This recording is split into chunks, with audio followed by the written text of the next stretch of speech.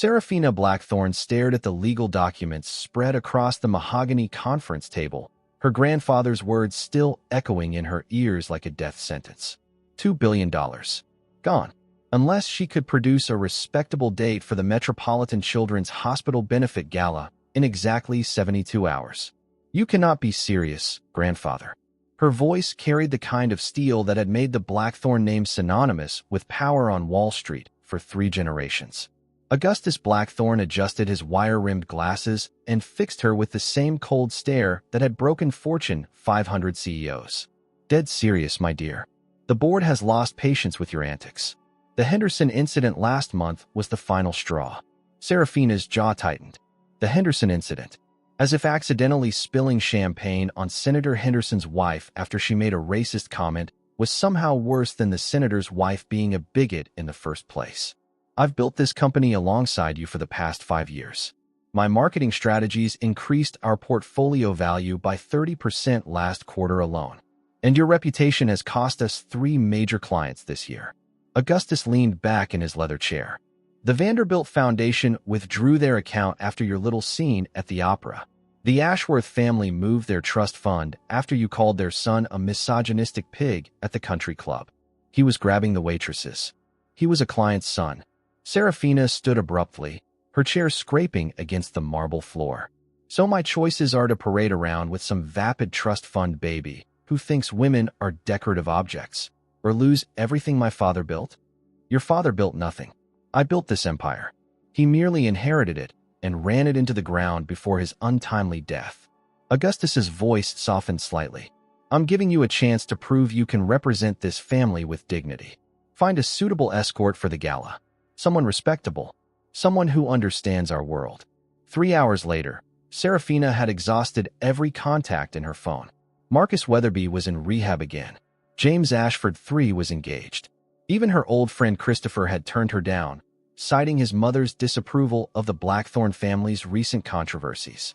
She slumped against the elevator wall as it descended to the parking garage of her Fifth Avenue penthouse building. 25 years old, worth billions on paper, and she couldn't find a single man willing to spend one evening with her. The irony wasn't lost on her. The elevator doors opened to reveal the overnight security consultant standing at his post near the concierge desk. Caspian Rowe looked up from his tablet, his steel blue eyes meeting hers with that same unreadable expression he always wore during their brief encounters. Working late again, Miss Blackthorne? Something about his voice always caught her attention. It carried an education that seemed at odds with his position, a refinement that didn't match his job description. Tonight, desperate and running out of options, she really looked at him for the first time. He was tall, probably 6'2", with dark hair that looked like he'd run his fingers through it and a jawline that belonged in a magazine. His black suit was well-tailored, too well-tailored for someone in his position. And those eyes, they held intelligence and something else. Something that looked almost like recognition when he looked at her. Mr. Rowe. She stepped out of the elevator, her heels clicking on the marble floor. How long have you worked here? 3 years. His answer was measured, careful. Do you own a tuxedo? His eyebrow raised slightly. I do. Good. She moved closer, close enough to catch the scent of his cologne. Expensive cologne. I need an escort for a charity gala this Saturday night. The Metropolitan Children's Hospital Benefit. $5,000 minimum donation required. Black tie. Caspian set down his tablet slowly. Miss Blackthorne, I'm not sure that's appropriate. What's inappropriate about it? You seem intelligent enough to hold a conversation. You're certainly attractive enough not to embarrass me. And frankly, you're the only option I have left. I'm flattered, but I'm an employee of this building. There are professional boundaries.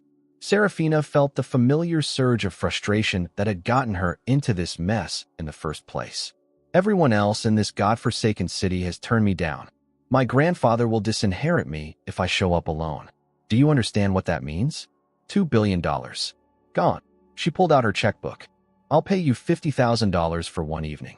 All you have to do is stand next to me, make polite conversation with some boring rich people, and help me prove I'm not the social pariah everyone thinks I am.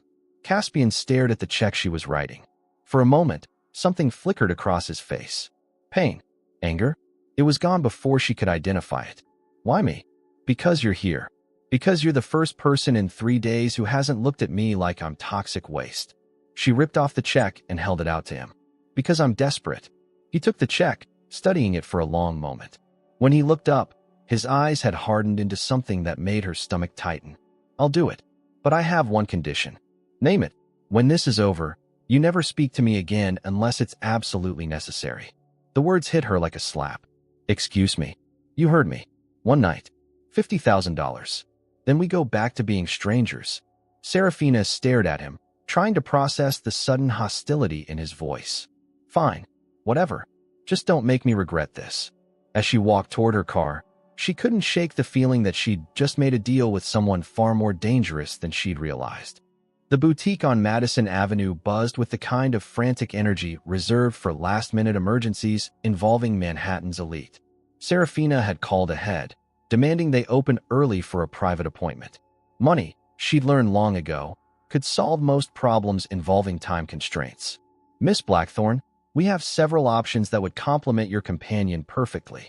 The stylist, a thin man named Philippe with an affected French accent, gestured toward a rack of designer tuxedos. If you could provide his measurements? Serafina realized she knew absolutely nothing about Caspian Rowe beyond his name and the fact that he'd agreed to her desperate proposition. He'll be here shortly to handle that himself. The bell above the door chimed, and Caspian walked in wearing dark jeans and a gray sweater that probably cost more than most people's monthly rent. Philippe's eyes lit up immediately. Magnificent bone structure. Italian or French heritage, perhaps? The jawline is very European aristocratic. Caspian's mouth twitched slightly. My great-grandmother was Italian. Perfect. I have exactly the piece. Philippe disappeared into the back room, leaving them alone among racks of formal where that cost more than most people's cars. You're late, Serafina said, checking her Cartier watch. Traffic. Caspian moved through the boutique with the kind of easy confidence that suggested he was accustomed to places like this. He paused at a display case containing cufflinks and tie pins. Interesting pieces. The sapphire set is from Bulgari's Heritage Collection, isn't it? 1950s. Serafina blinked. How do you know that? I noticed things. Philippe returned with a midnight blue tuxedo that looked like it had been crafted by angels. Tom Ford. The cut will be perfect for your build. Very James Bond. As Caspian disappeared into the fitting room, Serafina found herself studying the empty space he'd left behind. Security consultants didn't usually recognize vintage Bulgari or carry themselves like they owned the world. They certainly didn't smell like they wore cologne that cost $300 an ounce. When he emerged 20 minutes later, her breath caught in her throat. The tuxedo transformed him from attractive to devastating. The midnight blue brought out his eyes, and the perfect tailoring emphasized broad shoulders and a lean waist that made her wonder what he looked like underneath all that expensive fabric. It fits perfectly. Philippe clapped his hands together. Minimal alterations needed. We can have everything ready by Saturday morning. Actually, Caspian interrupted, examining himself in the three-way mirror. The jacket needs to be taken in slightly through the torso. Maybe half an inch. And the trouser break should be higher. Continental style. Philippe's eyebrows shot up. You have an excellent eye for tailoring. I appreciate quality craftsmanship. While Philippe made notes about alterations, Serafina moved to the accessories display. We should coordinate your pocket square and cufflinks with my dress. What color? Emerald green. It brings out my eyes. Like Elizabeth Taylor in Cat on a Hot Tin Roof. She spun around. What did you say? Your eyes. They're the same shade of green as Elizabeth Taylor's in Cat on a Hot Tin Roof. Vivid emerald with gold flecks. He studied her face with an intensity that made her skin heat up, though hers were violet in most lighting. You know classic films? I know a lot of things.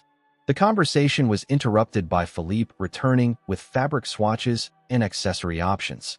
Caspian selected a pocket square and cufflinks with the same decisive confidence he'd shown with everything else, making choices that demonstrated an understanding of formal where that went far beyond basic knowledge. Excellent selections, Philippe approved. Your companion has impeccable taste. After they'd finished at the boutique, Serafina suggested coffee at a cafe nearby. She needed to understand who she was really dealing with. You're not what I expected, she said, stirring sugar into her cappuccino. What did you expect? Someone who would be intimidated by all this. Someone who needed me to explain how these events work. She leaned back in her chair. Instead, you know more about formal wear than I do. You recognize vintage jewelry, and you quote classic Hollywood films. Caspian's expression remained neutral. I read a lot. Security consultants don't usually have time for extensive reading about fashion history and cinema. Maybe I'm not like most security consultants. Obviously, she studied his face, searching for clues. Where did you go to school? Does it matter? It might. My grandfather is going to ask questions. He asks everyone questions. If you went to the right places, it'll make the evening easier. Something shifted in Caspian's expression. The careful neutrality cracked slightly, revealing something that looked like pain. Columbia. Business and economics. Columbia. Serafina nearly choked on her coffee. You have an Ivy League education and you're working building security? The economy's been tough for everyone. She didn't buy it. Columbia graduates, especially ones with business degrees, didn't end up working overnight security shifts unless something had gone seriously wrong. The pieces weren't adding up, and every answer he gave only raised more questions. What did you do before this job? Various things. That's not an answer. It's the only answer you're getting. The hostility was back, sharp and sudden. Serafina recognized the look on his face because she'd worn it herself countless times. It was the expression of someone who'd been hurt badly and had built walls to prevent it from happening again. They finished their coffee in tense silence.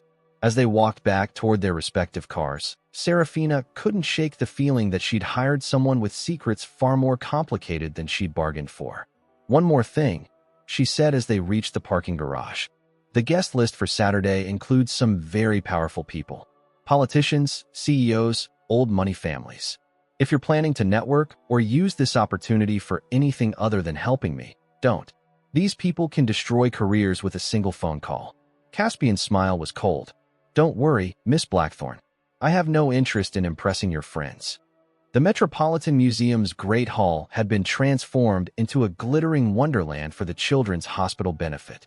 Crystal chandeliers cast warm light over 500 of New York's most influential residents, all gathered to write checks and be seen writing them. Serafina adjusted her emerald silk gown and searched the crowd for her grandfather. Augustus Blackthorne stood near the auction display, surrounded by his usual circle of sycophants and business associates.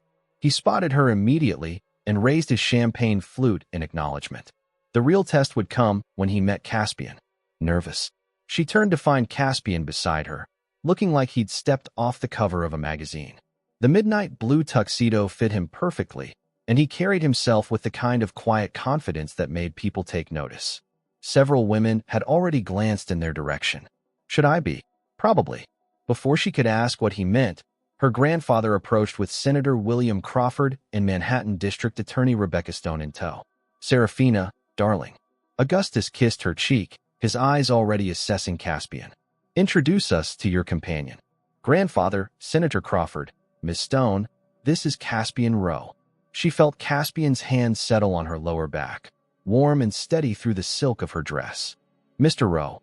Augustus extended his hand. What's your background? Finance and economics. I've been consulting on security infrastructure for high-end residential properties. Caspian's handshake was firm, his eye contact direct. The integration of digital systems with traditional security measures. Senator Crawford leaned forward with interest.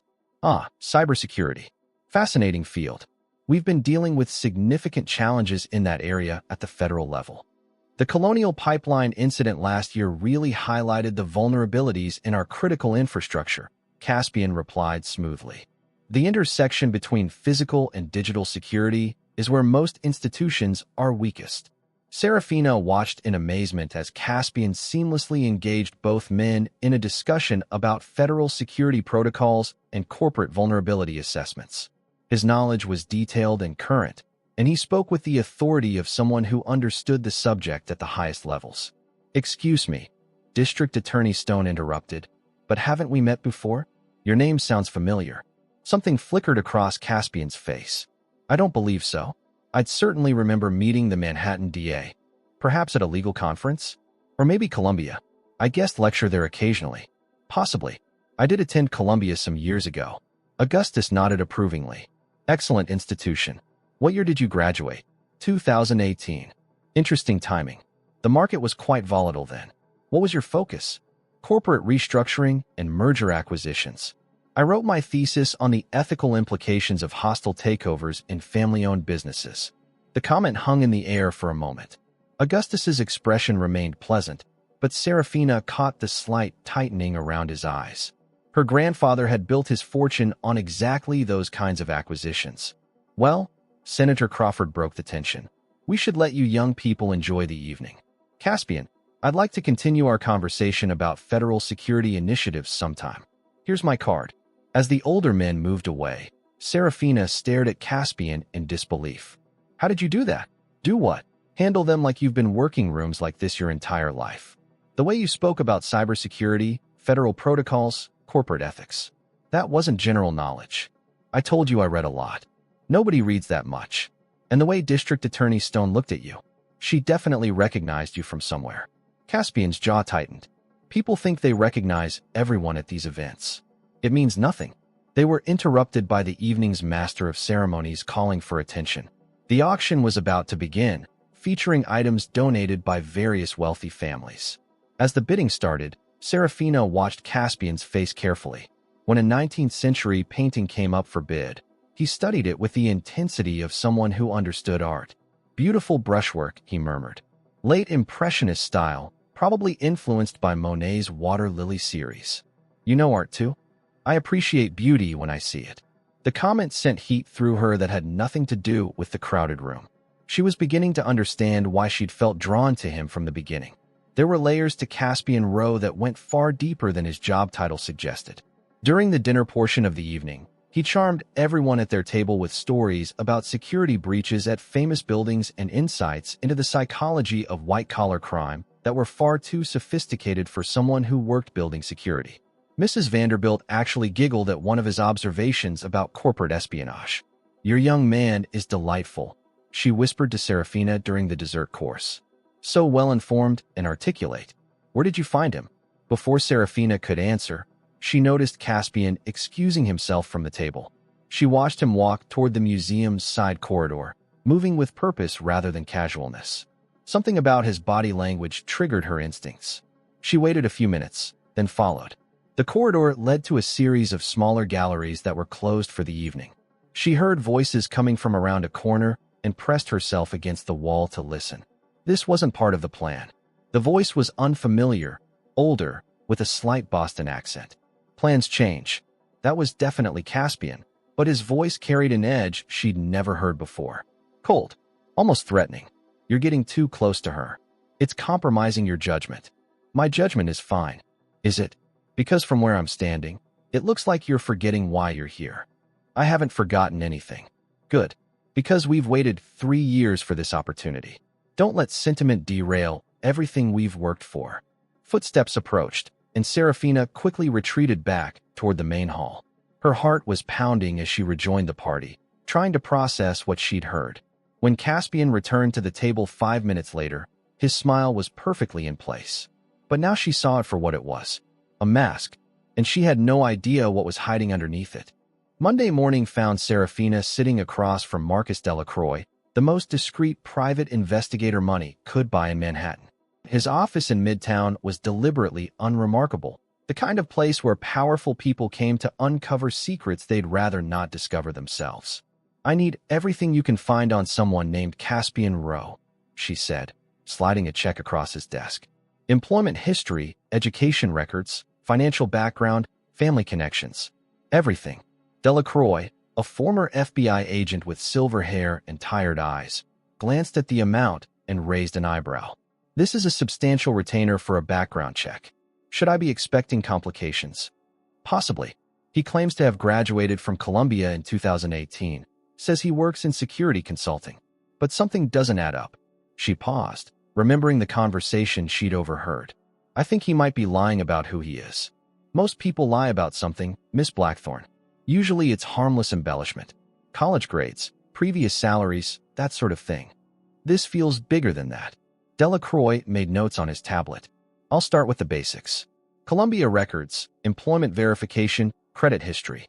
Should have preliminary results within 48 hours. 3 blocks away, Caspian stared at the manila envelope that had been slipped under his apartment door sometime during the night. His name was written across the front in block letters, no return address. Inside was a single photograph and a typed note. The photograph showed him and Serafina at the museum gala, taken from a distance but clear enough to identify both of them. They were standing close together during the auction, his hand on her waist, both of them smiling. To anyone watching, they looked like a couple. The note was brief. You're getting too close. Remember what happened to your father. Stay away from her or face the consequences. Caspian crushed the paper in his fist, then smoothed it out again. Someone was watching him. Someone who knew exactly why he was in New York and exactly which pressure points would hurt the most. The reference to his father wasn't accidental. It was a reminder of what he'd lost and why he was here. His secure phone buzzed with a text message from an unknown number. Coffee shop on Lexington and 73rd. 1 hour. Come alone. 20 minutes later, Serafina was reviewing quarterly reports in her office when her assistant knocked. Miss Blackthorne, there's a gentleman here to see you. Says his name is Caspian Rowe. Her pulse quickened. Send him in. Caspian entered carrying 2 coffee cups and wearing a charcoal suit that probably cost more than most people's monthly salary. Again, she found herself wondering how someone in his supposed position could afford such expensive clothing. I brought peace offerings, he said, setting a cup on her desk. Thought you might want to discuss Saturday night. What about it? You disappeared for a while during dinner. When you came back, you looked like you'd seen a ghost. Serafina studied his face, searching for any hint of deception. I needed some air. Big crowds make me claustrophobic sometimes. Interesting. You seemed perfectly comfortable working the room earlier. Maybe I'm full of contradictions. Maybe we both are. They drank their coffee in silence for a moment, the tension between them thick enough to cut. Serafina was acutely aware of his presence, the way he moved with controlled grace, the intelligence in his eyes that seemed to miss nothing. Your grandfather seemed impressed, Caspian said finally. He was. You handled him perfectly, almost like you'd been preparing for that conversation your entire life. Maybe I have good instincts about people. Or maybe you researched him beforehand. Caspian's hand stilled on his coffee cup. Why would I do that? You tell me. Before he could respond, her assistant's voice came through the intercom. Miss Blackthorne, Mr. Delacroix is online too. Says it's urgent. Serafina's heart jumped. She'd expected to wait at least 2 days for preliminary results. Excuse me. I need to take this. Caspian stood. I should go anyway. I have another appointment. After he left, Serafina grabbed the phone. Marcus? That was fast. Too fast. That's why I'm calling. Delacroix's voice was grim. Miss Blackthorne, Caspian Rowe doesn't exist. What do you mean? I mean there's no record of anyone by that name graduating from Columbia in 2018. Or any other year, for that matter. No employment history prior to 3 years ago. No credit history, no social media presence, no digital footprint at all before 2022. Serafina sank into her chair. That's impossible. It's not impossible. It's deliberate. Someone created this identity 3 years ago and did a professional job of it. Whoever Caspian Rowe really is, he's been lying to you from the beginning. Can you find out who he really is? I'm working on it. But Miss Blackthorne, there's something else.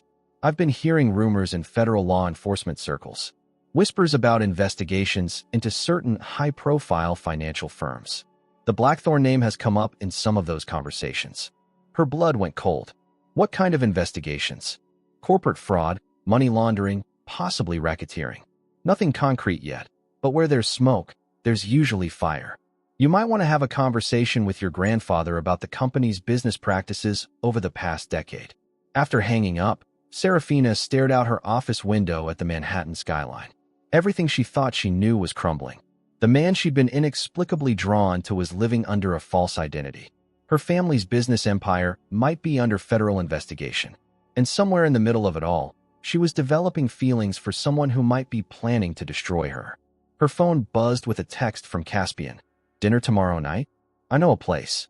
Against every instinct screaming at her to run, she found herself typing back, yes.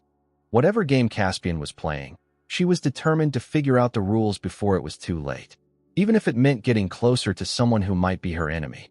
The attraction she felt toward him was dangerous, but the need to understand what he wanted was stronger than her fear.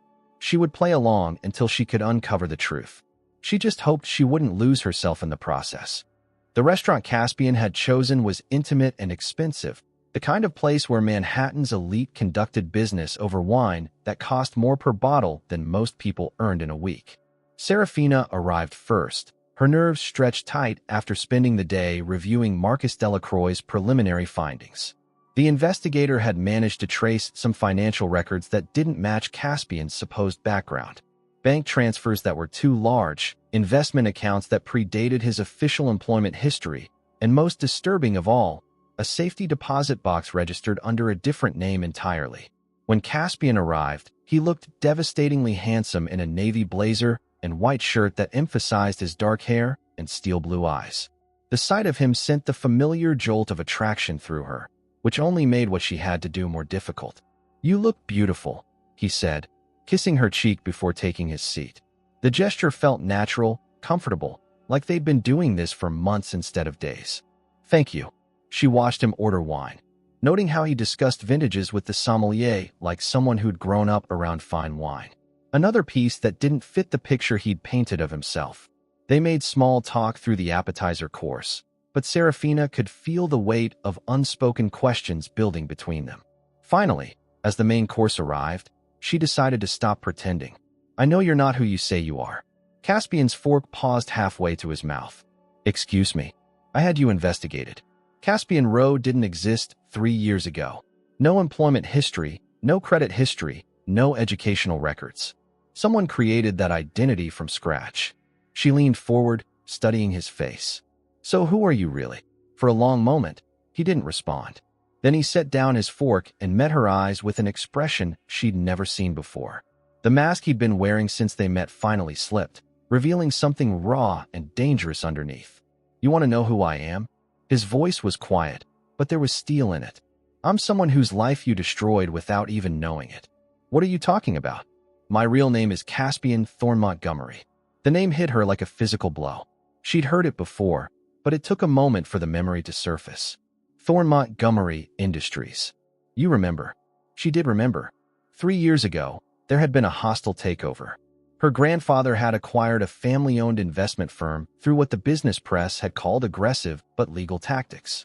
She'd been away at business school, only peripherally aware of the details. "Your family owned that company." "My family built that company over 4 generations. We managed portfolios for some of the oldest families in America. We had a reputation for integrity that took a century to establish." His eyes were cold now, all pretense of affection gone. "Until your grandfather decided he wanted our client list." Serafina felt the world shifting beneath her feet. That was a legitimate acquisition. Legitimate. Caspian laughed, but there was no humor in it. "Your grandfather planted false evidence of financial impropriety in our records.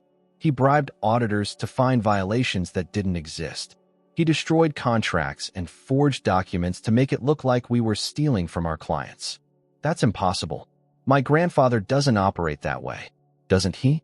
"When the SEC investigation started, based on his fabricated evidence, we lost every major client within a month. Families that had trusted us for generations suddenly wouldn't return our calls. The media painted my father as a white-collar criminal who'd betrayed the trust of America's elite." Serafina's hands were trembling. "What happened to your family?" "We lost everything. The house in the Hamptons, the apartment on Fifth Avenue, the art collection my great-grandmother brought from Italy. All of it seized as assets in a fraud case that was built on lies." His voice broke slightly. "My father couldn't handle the shame. The man who'd spent his entire life building something honorable was being called a thief in every financial publication in the country. Caspian. He put a gun to his head in what used to be our library. Left a note apologizing for crimes he never committed.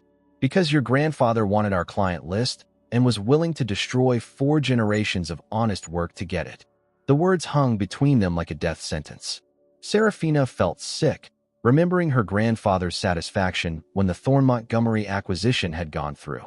He'd called it a masterpiece of strategic planning. "I didn't know," she whispered. "Of course you didn't. You were safely tucked away at Harvard, learning how to be a proper corporate heiress. While my father was putting a bullet in his brain, you were probably at some fraternity party." The cruelty in his voice cut deeper than any physical wound. "So this was all planned." getting the job in my building, agreeing to be my escort, everything. I've spent 3 years planning this. 3 years learning everything I could about your family, your business, your weaknesses. The security consultant position gave me access to your building's systems. I could monitor your communications, track your movements, learn your habits. And seducing me was part of the plan. Something flickered across his face. Pain, maybe, or regret. No, that was never supposed to happen. But it did happen. Yes. His admission was barely audible. So what now? What was the endgame? Were you planning to destroy me the way my grandfather destroyed your father? Caspian stared at his untouched dinner for a long moment. I had evidence. Documents proving what your grandfather did. Financial records, communications between him and the people he bribed. I was going to release everything to the press and watch your empire crumble the same way mine did. I deleted it. Last week, after the gala. I was supposed to execute the plan that night, but I couldn't do it. Because somewhere along the way, revenge stopped mattering as much as you did. Serafina felt tears burning her eyes. So you chose me over justice for your father? I chose love over hate. I thought maybe that was enough. But it's not, is it? Every time you look at me, you see the granddaughter of the man who killed your father. Caspian's silence was answer enough. She stood abruptly, her chair scraping against the floor. I need to go. Serafina, wait. Wait for what? For you to decide whether you love me enough to forgive me for being born a Blackthorn? For you to figure out whether revenge or romance matters more. It's not that simple. Yes, it is. She threw her napkin on the table. You've been lying to me from the moment we met. Everything between us has been built on deception. How am I supposed to trust anything you've said or done? Because I love you. The words stopped her cold. Do you? Or do you love the idea of corrupting Augustus Blackthorn's precious granddaughter? You know it's more than that. I don't know anything anymore. She walked out of the restaurant without looking back, leaving behind the man she'd fallen in love with and the shattered pieces of everything she'd thought was real. Serafina didn't sleep for 3 days. She moved through her penthouse like a ghost, replaying every conversation, every touch, every moment that had felt real with Caspian. The worst part wasn't the lies. It was knowing that some of it had to be genuine, because no one was that good an actor. On Thursday morning, Marcus Delacroix called with information that made everything worse. I found the safety deposit box registered under his real name, the investigator said. Took some doing, but I have contacts at several banks. The contents are interesting. Define interesting. Financial records going back 3 years. Detailed surveillance reports on your family's business activities. Floor plans of your building. And Miss Blackthorn, there are recordings. What kind of recordings? Audio files from your apartment. Conversations between you and your grandfather, phone calls, business meetings. The timestamps go back 18 months. The phone slipped from Serafina's hand. 18 months. He'd been listening to her private conversations for over a year, learning her secrets, studying her like a lab specimen. Every vulnerable moment, every family argument, every late-night call with friends had been recorded and analyzed. She thought about all the times she'd defended her grandfather to friends who questioned his business methods. All the times she'd expressed doubt about certain acquisitions, certain tactics. Caspian had heard it all. By the time she reached the lobby of her building, fury had replaced devastation. The concierge informed her that Caspian was in the security office reviewing system updates. Perfect. She found him exactly where she expected, sitting at a bank of monitors displaying feeds from throughout the building. He looked up when she entered, and she saw the exact moment he realized she knew everything. Serafina. How long? Her voice was deadly quiet. How long what? Don't you dare play dumb with me. How long have you been recording my conversations? Caspian's shoulders sagged. 18 months. 18 months of listening to my private conversations. My phone calls with friends. Arguments with my grandfather. Personal discussions about my fears, my insecurities, my feelings about you. She moved closer to his chair. You recorded me falling in love with you. It wasn't supposed to happen that way. Which part? The falling in love or the recording it? The falling in love. I was supposed to gather evidence of your grandfather's current business practices. Proof that he was still using the same illegal methods he used against my family. And did you find proof? Caspian hesitated. Some. What kind of proof? Bribery. Falsified documents. Insider trading. Your grandfather has been cutting corners for years, and it's all getting worse as he gets older and more desperate to expand the empire before he dies. Serafina felt like the ground was disappearing beneath her feet. First, her lover was revealed as her enemy. Now her grandfather was apparently a criminal. You have evidence of this? Audio recordings of him discussing bribes with municipal officials. Documents showing shell companies used to hide assets from the Heiress. Communication with foreign banks that specialize in money laundering. And you were planning to use this against us. I was planning to use it to get justice for my father, by destroying innocent people along with the guilty ones. Did you think about the employees who would lose their jobs? The clients whose retirement funds are managed by our firm? The charities that depend on our foundation grants? Did your grandfather think about the families he destroyed when he decided he wanted our client list? The question hung between them like a knife. Serafina sank into a chair, overwhelmed by the complexity of moral mathematics where everyone was both victim and perpetrator. I need to hear them, she said finally. What? The recordings. I need to hear what my grandfather has been doing. Caspian stared at her. Serafina, you don't want to know the details. Yes, I do. If my family's wealth is built on criminal activity, I need to know. If I'm complicit in something terrible, I need to understand what I'm a part of. You're not complicit. You've been kept away from the worst of it. But I benefit from it. Every designer dress, every expensive dinner, every privilege I've enjoyed has been paid for with money that might have been stolen from other families. She met his eyes. Play the recordings. For the next 2 hours, Serafina listened to her grandfather orchestrate bribes, discuss falsified environmental reports, and casually plan the destruction of competitors through manufactured scandals. The voice she'd known and loved her entire life spoke about ruining lives with the same tone he used to discuss weekend plans. The worst recording was a conversation between Augustus and his attorney from 6 months ago, discussing contingency plans if the federal investigation they'd been tracking got too close to the truth.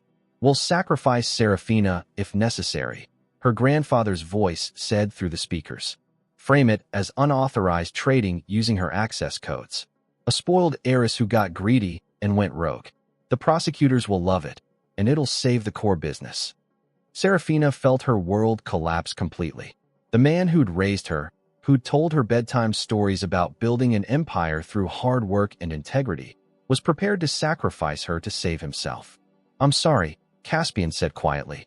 I didn't want you to hear that part. But you did want to destroy him. I wanted him to face consequences for what he did to my family. And me? What did you want to happen to me? Caspian was quiet for a long moment. At first, I wanted you to suffer the way I suffered. I wanted you to lose everything and understand what it felt like to be helpless while your world crumbled. And now I want to protect you from what's coming. What's coming? The federal investigation is moving faster than your grandfather realizes. They have parallel evidence of most of what I've collected. With or without my recordings, they're going to bring charges within the next few months. Serafina stood and walked to the window overlooking Fifth Avenue. The city stretched out below her, full of people living ordinary lives untainted by the kind of moral complexity that was tearing her apart. You should have told me the truth from the beginning, she said without turning around. Would you have believed me? I don't know, but I would have had a choice about whether to trust you. I was afraid you'd choose your family over me. So instead you chose to manipulate me into caring about you, then rip away everything I thought was real. She finally turned to face him. Do you understand how that makes me feel? Used. Violated. You took away my agency, my ability to make informed decisions about my own life. You made me fall in love with a lie. My feelings for you weren't a lie. How would I know? Everything else has been. Caspian stood and moved toward her, but she held up a hand to stop him. Don't. Whatever this was between us, it's over. Serafina, please. Let me explain. You've explained enough. You wanted revenge against my family, and you were willing to use me to get it. The fact that you developed genuine feelings along the way doesn't erase the manipulation. I love you. Maybe you do. But love built on deception isn't real love. It's just another form of manipulation. She walked toward the door, then paused. I want you out of this building by tomorrow. If I see you again, I'll call the police and report you for unauthorized surveillance. What are you going to do about your grandfather? I don't know yet. But whatever I decide, it won't be because you manipulated me into it. As she left the security office, Serafina felt something inside her chest crack and break. She'd lost the man she loved and discovered that the family legacy she'd been proud of was built on lies and crime. For the first time in her life, she was completely alone. 3 months had passed since Serafina last saw Caspian, and the absence felt like a physical wound that refused to heal. She'd thrown herself into work with the kind of desperate intensity that worried her assistant and impressed her grandfather. 14-hour days had become the norm, weekend trips to the office were routine, and she'd taken on responsibilities that would have overwhelmed her 6 months ago.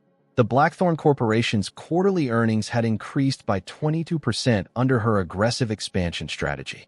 She'd negotiated 3 major acquisitions, restructured 2 underperforming divisions, and implemented cost-cutting measures that saved the company millions.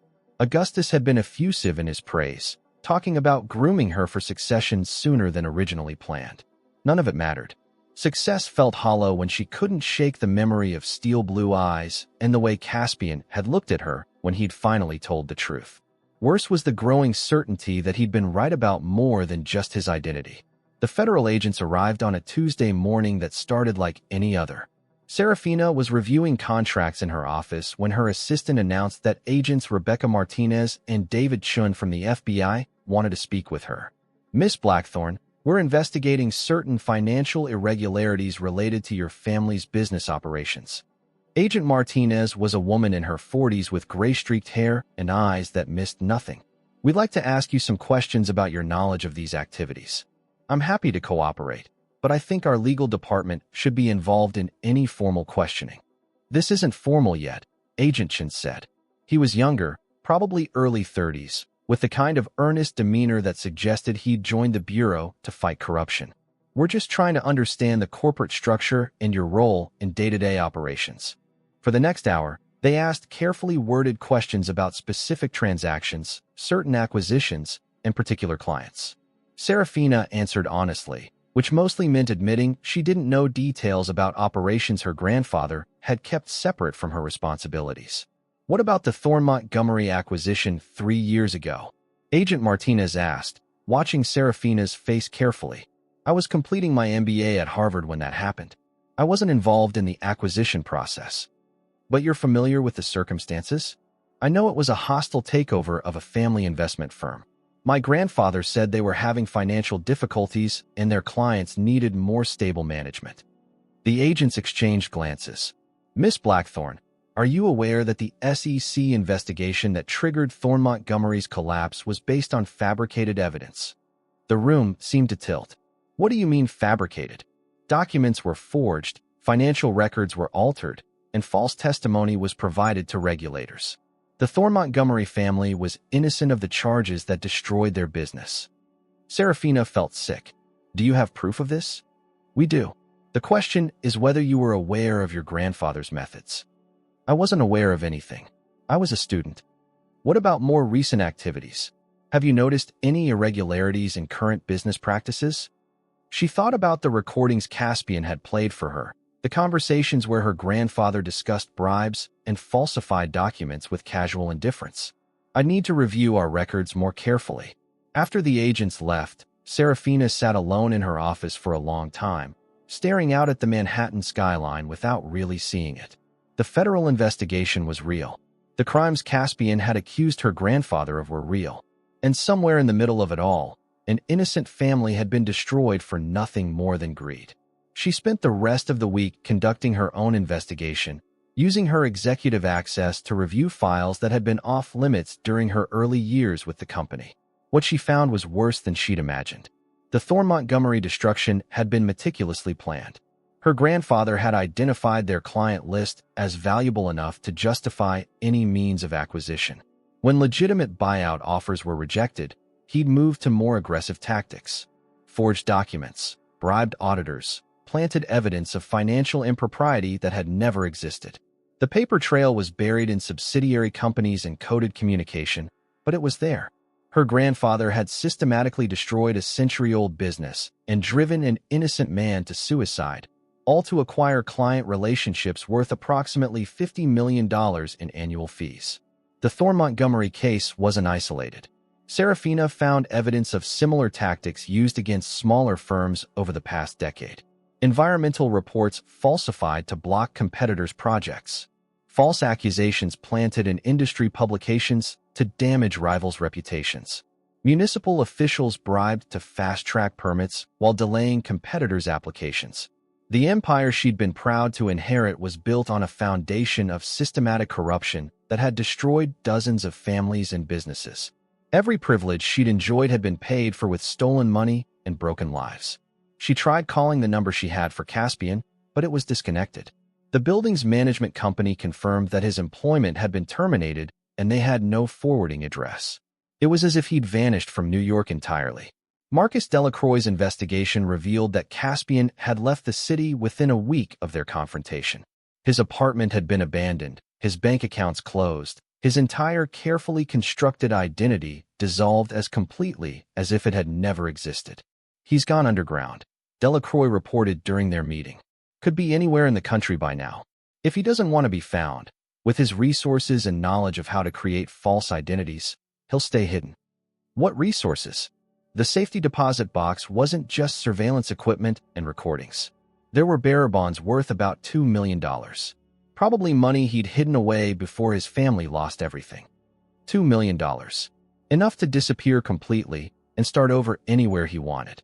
Serafina wondered if he was relieved to be free of his revenge plans, or if abandoning them felt like betraying his father's memory. The worst part was the dreams. Every night, she relived moments with him that had felt genuine. The way he'd looked at her during the charity gala. The intelligence and pain in his eyes when he'd talked about art and literature. The gentleness in his voice when he'd said he loved her.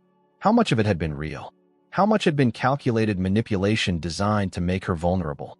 She'd never know, because the man who could answer those questions had disappeared, leaving behind only the wreckage of everything she believed about her life. The federal investigation was closing in. Her grandfather's criminal empire was about to collapse. The man she'd fallen in love with had vanished rather than fight for what they'd had together. And somewhere in the middle of all the betrayal and destruction, she had to figure out who she wanted to be when the dust settled. For the first time since her parents' death, Serafina felt completely alone in the world. But this time, the isolation came with the knowledge that everything she'd built her identity around had been a lie. The question now was whether she had the courage to tear it all down and start over with the truth. The decision to destroy her grandfather's empire took Serafina exactly 48 hours to make. She spent those 2 days walking through Central Park, thinking about the father she'd lost when she was 12 and wondering what he would have done if he'd discovered the truth about the family business. Her father had been different from Augustus. Gentler, more concerned with ethics than profits. Serafina remembered him talking about building something that would make the world better, not just richer. He would have been horrified to learn that his inheritance had been purchased with other families' blood. On Thursday morning, she called Agent Martinez and arranged a meeting. By Friday afternoon, she had turned over every piece of evidence she'd found, along with access codes to accounts and files that would take federal investigators years to uncover on their own. "Miss Blackthorne," Agent Martinez said as they concluded their session, "you understand that cooperating with this investigation will likely result in the complete destruction of your family's business?" "I understand. And you're prepared for the personal consequences? Your grandfather will almost certainly face criminal charges. The company will be forced into liquidation to pay restitution to victims. You'll lose everything." "Agent Martinez, everything I have was stolen from families like the Thorn Montgomerys. Keeping it would make me complicit in theft and murder." "Murder? My grandfather's actions drove Caspian's father to suicide. If that's not murder, it's close enough." 3 weeks later, Augustus Blackthorne was arrested at his club on charges of racketeering, fraud, money laundering, and conspiracy. The story dominated financial news for months as investigators unraveled decades of criminal activity that had destroyed dozens of businesses and families. Serafina testified before a grand jury, providing evidence that ensured her grandfather would spend his remaining years in federal prison. The testimony also ensured that she would never again be welcome in the social circles that had defined her entire life. The Blackthorne Corporation was dissolved, its assets liquidated to provide restitution to victims. The penthouse was seized, along with the art collection, the vacation homes, and every other symbol of the wealth that had shaped her identity. 6 months after the first arrests, Serafina was working as a financial analyst for a small nonprofit in Portland, Oregon. She'd chosen Portland partly because it was as far from Manhattan as she could get while staying in a city large enough to disappear in. Mostly, she'd chosen it because Marcus Delacroix had finally located Caspian there. He was working under his real name now, providing financial consulting services to small businesses and nonprofits. According to Delacroix's sources, he specialized in helping family-owned companies protect themselves from hostile takeovers and predatory acquisition tactics. Serafina spent 3 days gathering the courage to approach him. She'd given up everything to make amends for her family's crimes. But she still didn't know if that was enough to earn forgiveness from the man whose life had been destroyed by her grandfather's greed. She found him on a Thursday evening, walking out of a small office building downtown. The Oregon rain was coming down hard, and he was struggling with an umbrella that had clearly seen better days. He looked different, thinner, maybe, and there were lines around his eyes that hadn't been there 6 months ago. But he was still heartbreakingly handsome, still carried himself with the same quiet confidence that had attracted her from the beginning. Caspian. He turned at the sound of his name, and she watched shock replace recognition on his face. For a moment, neither of them moved. Then he walked toward her, leaving his broken umbrella behind. Serafina, what are you doing here? Looking for you. How did you find me? I hired the same investigator who exposed your false identity. Marcus Delacroix. He's very good at finding people who don't want to be found. They stood in the rain, water streaming down their faces, neither seeming to notice that they were getting soaked. I testified against my grandfather, she said. I gave the FBI everything I could find about his criminal activities. Financial records, communication logs, evidence of the bribes, and the forged documents. Everything you tried to collect for 3 years. Something shifted in Caspian's expression. Why? Because it was the right thing to do. Because your father deserved justice. Because families like yours deserve to have their reputations restored. And Augustus? He'll spend the rest of his life in federal prison. The company has been dissolved. All assets are being liquidated to pay restitution to victims, including your inheritance. I renounced any claim to the inheritance before the government could seize it. I wanted to make sure every dollar went to the families he destroyed. Caspian stared at her through the rain. You gave up $2 billion. I gave up money that was never rightfully mine. What are you living on? I have a job. Financial analyst for a housing nonprofit. It pays enough to cover a studio apartment and basic expenses. I'm learning to live on what I earn instead of what I inherit. Serafina, you didn't have to do that. Yes, I did. As long as I was living off his stolen money, I was complicit in his crimes. I couldn't build a life on blood money. She moved closer, close enough to see the pain in his eyes that had never really gone away. I know I can't undo what my family did to yours. I know I can't bring your father back or erase the years you spent planning revenge. But I want you to know that I'm sorry. I'm sorry for what he did to your family, and I'm sorry for the lies between us, and I'm sorry that loving me caused you so much conflict. You're not responsible for your grandfather's crimes, but I am responsible for my own choices, and I choose to spend the rest of my life trying to make amends for the damage my family caused. The rain was coming down harder now, plastering her hair to her head and soaking through her jacket. Caspian reached out as if to touch her face, then stopped himself. I shouldn't have left without saying goodbye, he said. You shouldn't have lied to me from the beginning. I know, but I understand why you did, and I forgive you for it. Do you? I love you, Caspian. Not the identity you created, not the role you were playing, but the man underneath all the deception. The man who abandoned his revenge because he couldn't bear to hurt me. The man who deleted evidence against my family because love mattered more than justice. Justice did matter, and you got it. My grandfather is in prison. His victims are being compensated. The Thorne Montgomery name has been cleared of all charges. You won. It doesn't feel like winning, because winning was never really what you wanted. You wanted your father back, and I can't give you that. But I can give you my heart, if you still want it.